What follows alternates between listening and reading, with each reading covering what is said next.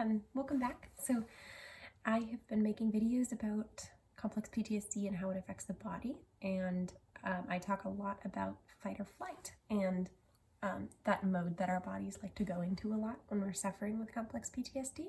So today my video is on how to remove yourself from fight or flight and return to the rest and digest mode, which is where we generally like to spend most of our time because it's much better for our bodies and our minds and our relationships. So there's a few steps to go through and then different practices that I'll be getting more into and how those can help.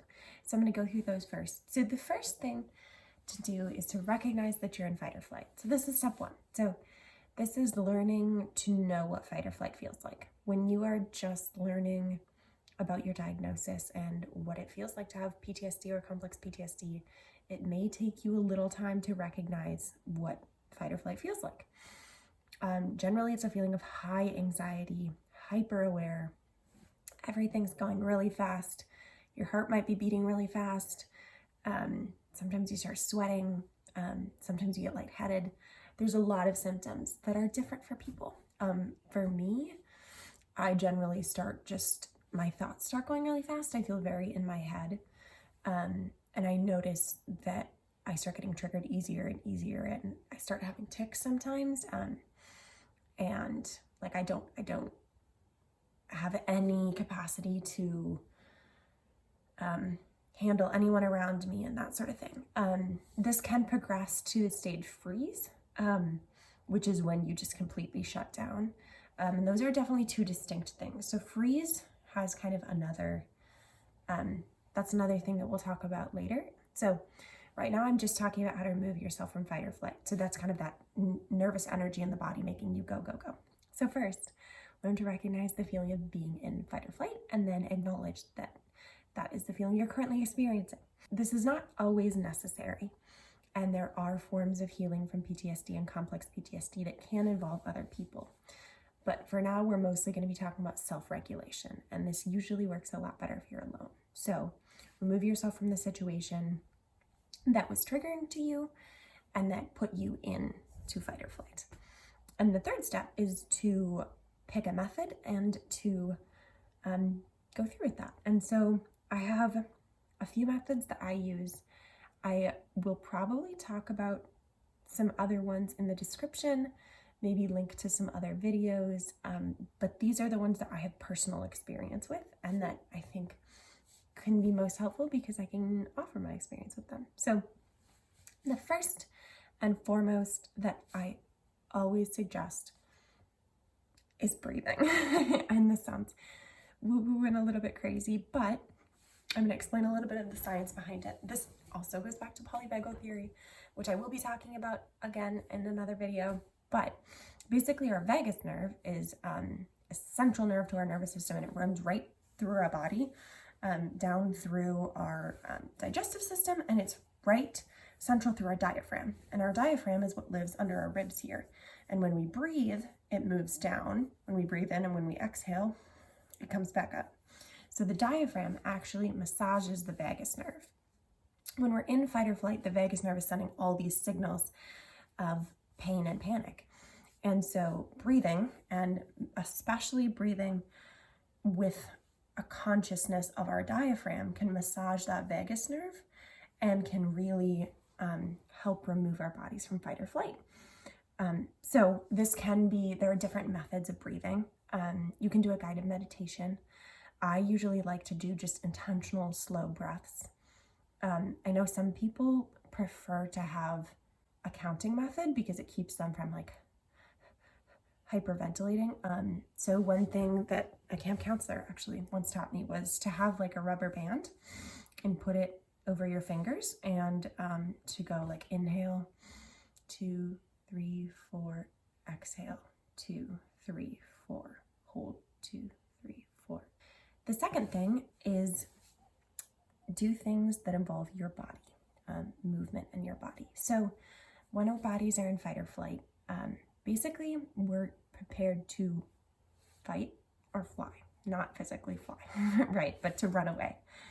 So these are the two things that we're preparing to do, either to attack back or to run away. Both of those things take a lot of energy, right? So our circulatory system picks up, our heart rate picks up. Because of that, like everything is going, right? So we have a lot of energy in our bodies. One way to deal with going into fight or flight, if you have the time or the space, is to let out that energy. Go for a run. Just run around your room. Like anything. Ways to let that out. Even sometimes in class. Sometimes that's just like shaking my hand a lot. And if you're in a situation where you feel safe doing that, that can be really good. One that I really like to do is yoga, because for me, this combines breath work and movement.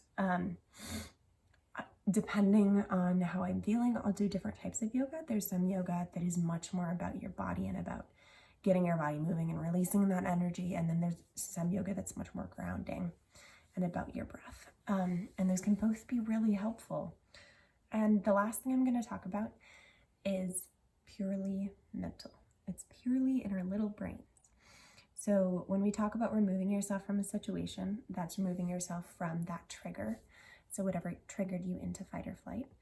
But beyond that, once you are out of that situation, and if you don't want to do any of these physical actions to remove your body from fight or flight, you can remove your body from fight or flight with just your brain. And this might take a little bit more time, but it can be really effective, and it can be a really effective way to, over time, decrease how often your body goes into fight or flight. And it's just about reminding yourself that you're safe. So fight or flight is our bodies thinking we're unsafe. And so reminding yourself that I am safe in this situation, especially if you've removed yourself from that situation, you can really believe that. So I'm safe in this situation. I am not in danger.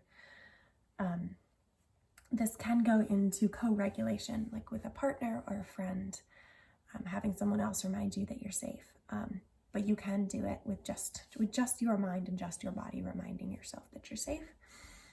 And it can be really valuable. Eventually, once you're in a place where you don't feel, where you feel like you can recognize yourself going into fight or flight a little bit easier, and you feel like you are starting to recognize your cycles with PTSD and kind of how those affect you, eventually it can be something that you do without removing yourself from a situation, and this is called exposure therapy. And so in a situation that might usually be triggering to you, if you know that that's something that might be triggering to you, but you feel safe with the people in the situation, maybe you're watching a movie about sexual assault, and there's a trigger warning, and you know that that might be triggering to you, but you're with people who you really trust and feel safe around, you can sometimes stay in that situation and remind yourself that you're safe, and have the people around you remind you that you're safe. And by working through that, you can find a lot of healing. However, this is definitely should come later in a recovery program. So if you're early in your recovery, remember the 3 steps: recognizing fight or flight, removing yourself from the situation, and then using self-regulatory methods to remove yourself from fight or flight. And once you do that a lot and know your patterns and know your triggers and are feeling really confident in your ability to normally get yourself out of fight or flight and into a safe place, then you can start working on exposure therapy. So those are my ways of helping myself get out of fight or flight. I am really hoping that this can help some people, and I'm just excited about what maybe this can do. Remember that you are safe and loved, and there is beauty in the world around you, even on the days that it's hard to see. Bye.